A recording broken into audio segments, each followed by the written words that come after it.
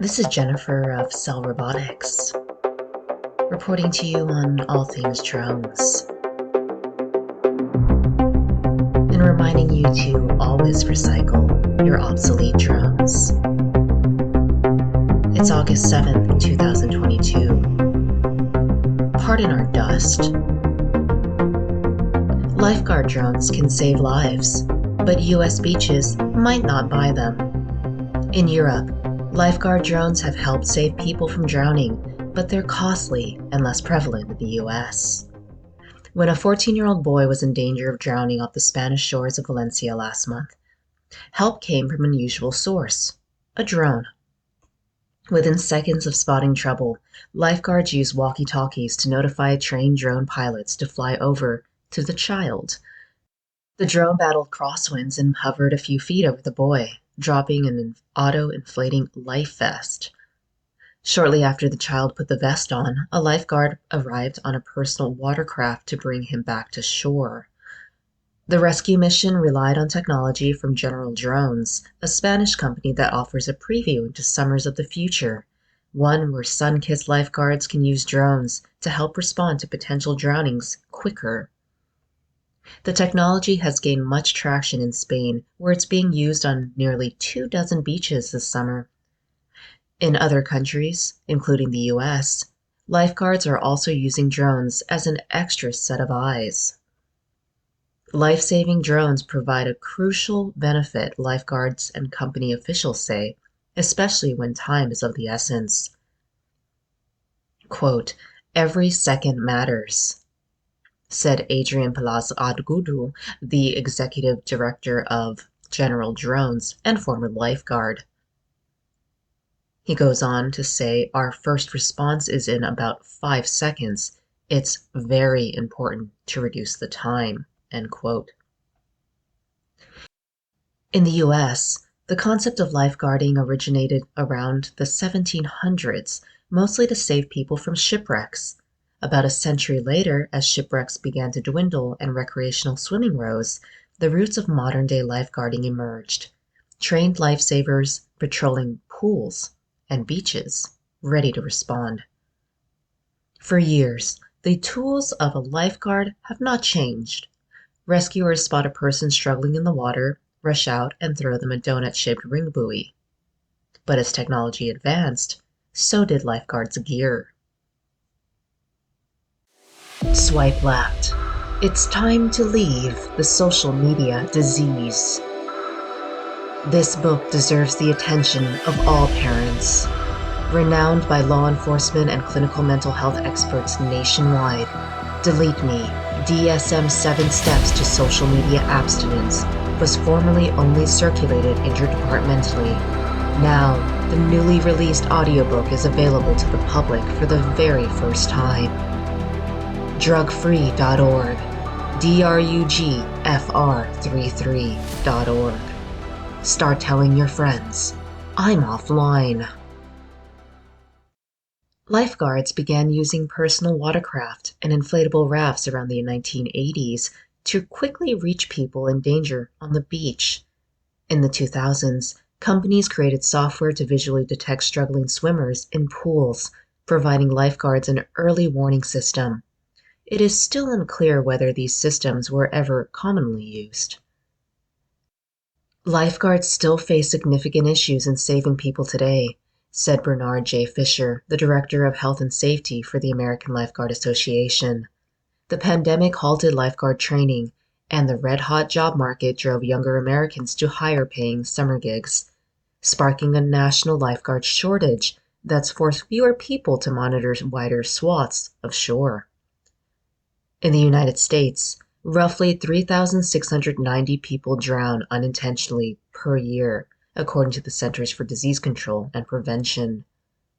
Lifeguards must get to people struggling in the water as quickly as possible, Fisher said, and a delay of seconds could be the difference between life and death. Using motorboats to rush out to people is costly and takes time, he added, and swimming to a person is difficult. Lifeguards in the water rely on colleagues on land to direct them, but if the person struggling in the water is tired, they could go underwater or move along the shoreline quickly, making it hard to be spotted. He said, quote, "It's difficult," end quote. Agudo, who spent years as a lifeguard in Valencia and as an industrial engineer, started General Drones in 2015 after a harrowing incident on the beach. He was patrolling a stretch of shore alongside Enrique Fernandez, who became his company co-founder. They saw a woman starting to drown and rushed out to her, but they were too late. He said, quote, "I could see how the woman drowned in front of me. It was the breaking point," end quote. After that, Agudo and Fernandez partnered with the engineers at Valencia's Polytechnic University to create a drone that could reach people quicker than the fastest swimmer or water scooter and potentially save lives. They realized the beach was a harsh environment and needed a drone that could withstand water, sand, and wind. Ultimately, they created a drone that's roughly 2 feet wide and weighs about 22 pounds. Made of carbon fiber and wrapped in GoPro-like casing, it keeps the beach environment from eroding the mechanical innards. The drone is outfitted with a high-resolution camera and carries 2 folded life vests and inflates upon touching water. Currently, 22 beaches in Spain use the technology, Agudo said. The drone has been used in roughly 40 to 50 life-saving incidents in Spain alone. The impressive drone has been used in roughly 40 to 50 life-saving incidents in Spain.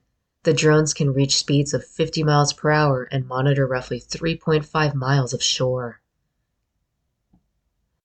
This incredible drone, called the Oxtron LFG, costs roughly €40,000 to purchase.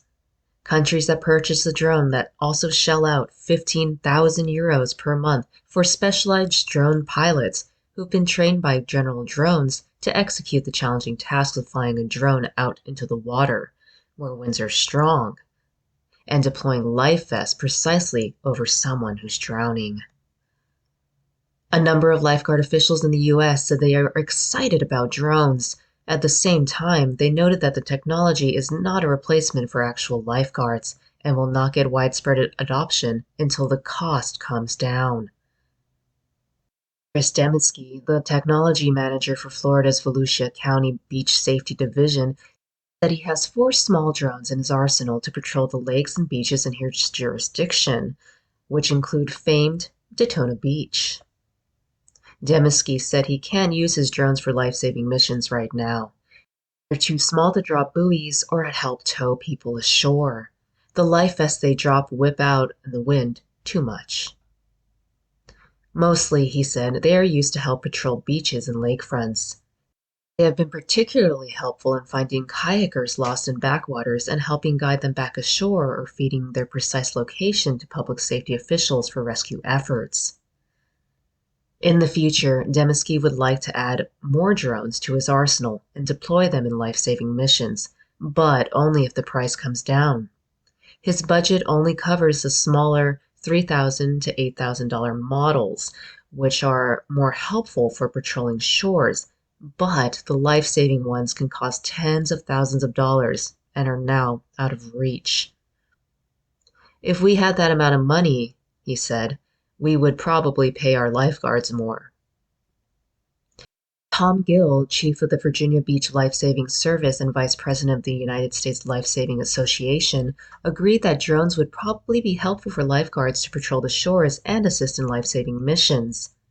In the best-case scenario, he said, lifeguards or a drone could spot a drowning person. Then a drone could quickly be deployed to drop a life vest to them. This would allow a person to stay afloat while a lifeguard swims or rides a personal watercraft over to help the person come back ashore.